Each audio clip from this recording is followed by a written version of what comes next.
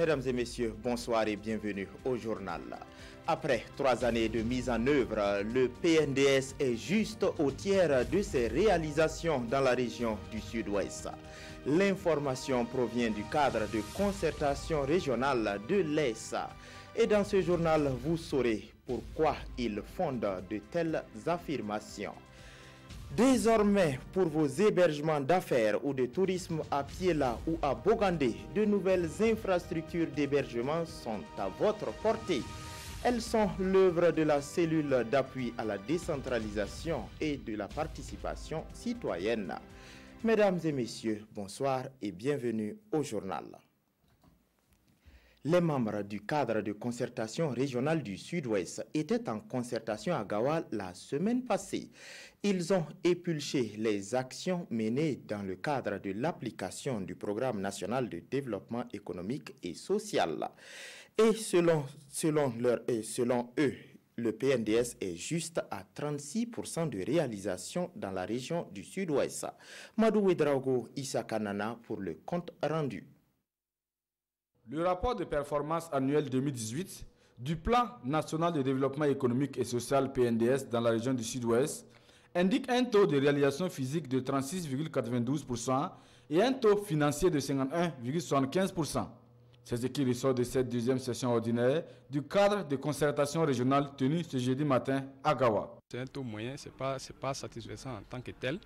Alors, mais il y a un certain nombre de facteurs qui ont joué à la défaveur des collectivités.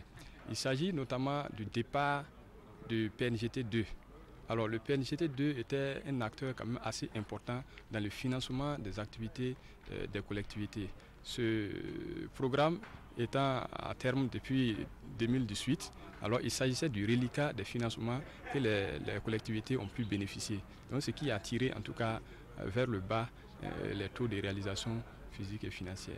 À ces difficultés s'ajoute également un contexte sécuritaire difficile. Qu'à cela ne tienne, la mise en œuvre du PNDS dans la région du Sud-Ouest suit son cours normal pour l'atteinte des objectifs escomptés, selon le gouverneur Taxeba Nikema. Au niveau des conseils municipaux, vraiment des infrastructures ont été réalisées pour soulager la souffrance des populations.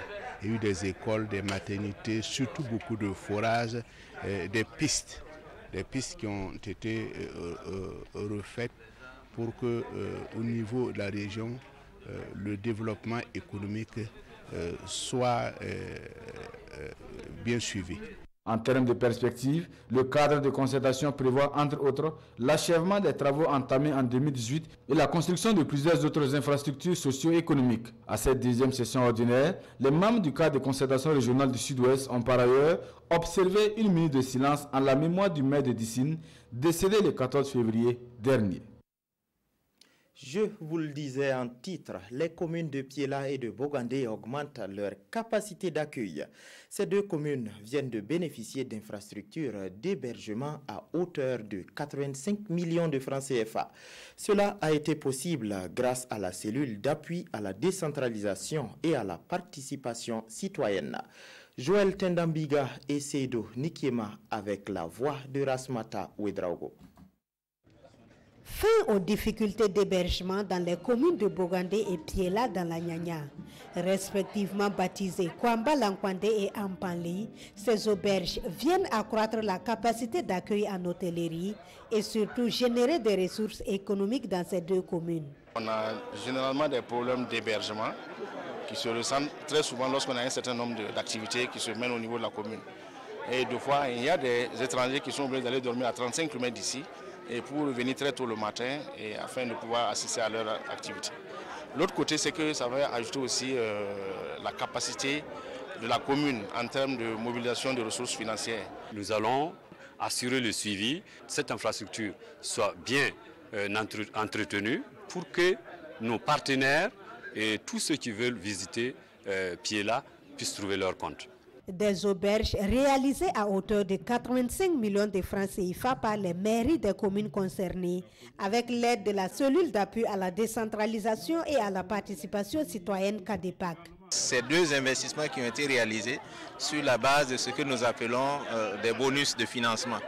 Pourquoi ces bonus de financement? Parce que les deux collectivités ont eu à bien exécuter leurs droits de tirage, qui ont décidé sur leurs priorités d'investir dans des commodités de logement pour accroître l'attractivité des deux collectivités. Et pour encourager l'entrepreneuriat féminin, une douzaine de femmes ont reçu des kits d'installation à cette cérémonie d'inauguration.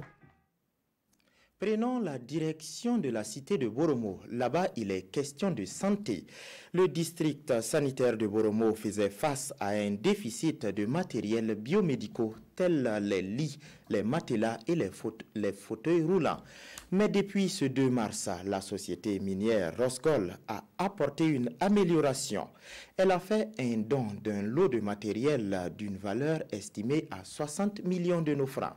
Yves Rwamba, Aïcha Dianda. Du matériel et des équipements biomédicaux pour le district sanitaire de Boromo. Ce don estimé à 60 millions de francs CFA est l'œuvre de la société minière Roxgold Sanou en partenariat avec la Générale africaine d'assistance médicale GAM. Et vous savez, nous mettons l'accent pour que les bénéfices de notre exploitation minière profitent prioritairement au village riverains. Nous disons que nous intervenons dans tout le Burkina Faso, mais les villages riverains, c'est eux qui sentent les impacts de nos activités, dont nous pensons que c'est eux les premiers bénéficiaires des fruits que nous récoltons au niveau de l'exploitation minière. C'est donc composé de 21 lits, 10 matelas, 6 fauteuils roulants, 2 cartons de lunettes, bref, il vient améliorer la qualité des soins dans cette partie de la boucle du Mouhoun. C'est un matériel qui vient vraiment à point nommé. Voilà, qui va vraiment nous soulager dans la prise en charge de nos patients, qui va permettre donc d'améliorer grandement donc la qualité des soins que nous allons offrir donc au niveau de l'hôpital du district de Boromo. Et j'ai vu qu'on a eu également un gros lot de médicaments. Ces médicaments vont nous aider donc à prendre en charge les patients indigents, les patients qui n'ont pas beaucoup de ressources financières. En marge de cette cérémonie, Roxgold Sanou a également procédé à la remise des clés du dispensaire du village de Koho. Et le coût de cette infrastructure est estimé à 18 millions de francs CFA. Et pour être en bonne santé, il est recommandé aussi de soigner son cadre de vie. D'où la question de l'assainissement. Dans cette vision, la direction de l'eau et de l'assainissement de la région de l'Est, en collaboration avec la Société néerlandaise de développement, a tenu un atelier. Et l'objectif est de faire bouger positivement les choses dans la région de l'Est. Et dans cette région, les deux partenaires veulent promouvoir davantage l'hygiène et l'assainissement dans les villages. Amado Seydou Nikiema et Ibrahim Sanou. Cet atelier a pour objectif de vulgariser l'approche assainissement total pilotée par la communauté ATPC.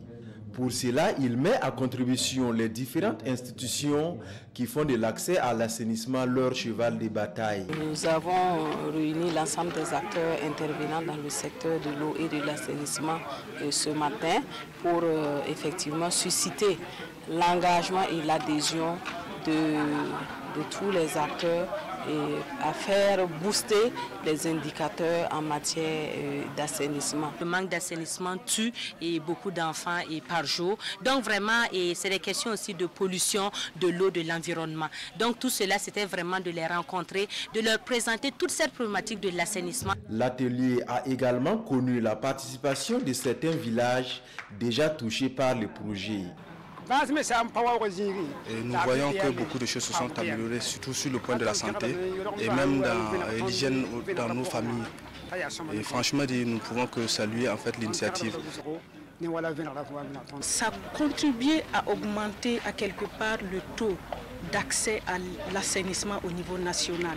Et nous saluons vraiment cette initiative de réunir tous les acteurs, d'en parler. En 2018, ce sont au total 241 villages qui ont été déclarés fin d'édification à l'air libre. Et ce projet compte améliorer le taux d'accès à l'hygiène et à l'assainissement dans la région de l'Est qui est actuellement de 13,9%. Parlons à présent d'une association qui est baptisée Vinem Puiri. C'est une association créée depuis juin 2013. Elle se bat pour l'amélioration des conditions de vie des personnes démunies. Pour mieux se faire connaître et pour mieux ventiler ses messages, l'association compte organiser un festival du 7 au 10 mars prochain. Les détails de ce festival avec Tsié Dilare Hiena et Estelle Judith Assogba. Un nouveau festival à Ouagadougou.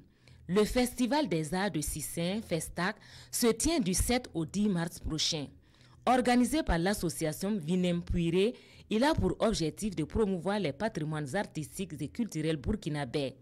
L'ambition est aussi de créer un cadre sain pour la célébration de la journée de la femme et mobiliser les ressources financières pour aider les personnes en situation défavorisée.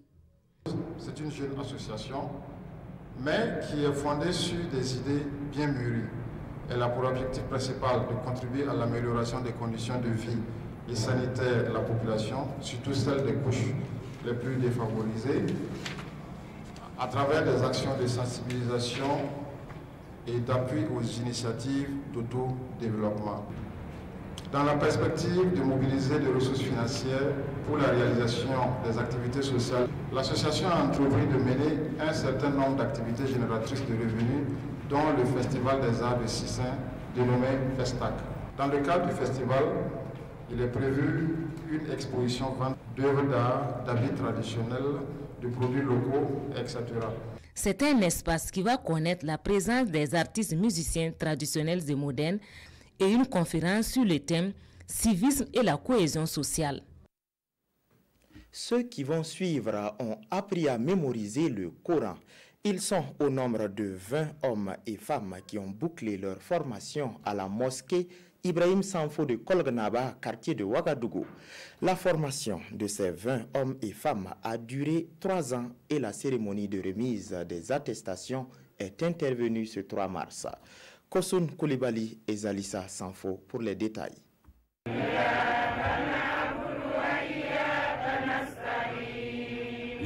Ces hommes et femmes connaissent désormais le Saint-Coran par cœur.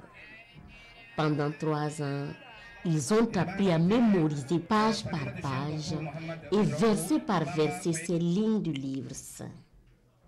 Ça n'a pas été facile, j'ai fait 3 ans avant de pouvoir finir le Coran. Donc je me dis que tout est possible. Même malgré les obligations du bureau, je me suis sacrifiée pour pouvoir avoir le diplôme aujourd'hui. Donc j'invite vraiment les intellectuels qu'Allah facilite pour toutes et pour tous.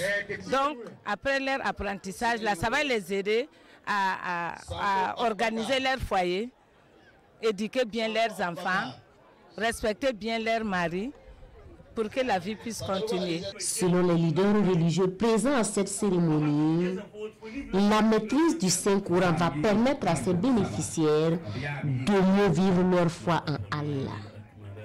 La moitié du Coran avec ces femmes va beaucoup contribuer à l'éducation de nos enfants et au futur de la jeunesse. On dit que les jeunes ou les enfants de sont les pères de demain.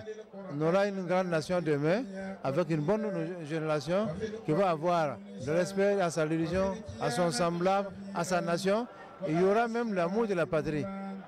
Ils sont au total 20 sortants, dont 18 femmes et 2 hommes. Ils reçoivent à cette occasion des attestations de fin de formation. Créée en 2003 par l'association Itaïhad Islami, cette école est logée au sein de la mosquée Ibrahim Sanfo à Kolonaba. Elle a déjà initié plus de 1000 personnes à la lecture du Saint-Coran. C'est tout pour ce journal. Merci de nous avoir suivis. Fousseni Kindo vous retrouve dans moins d'1 heure pour d'autres actualités. Bonsoir.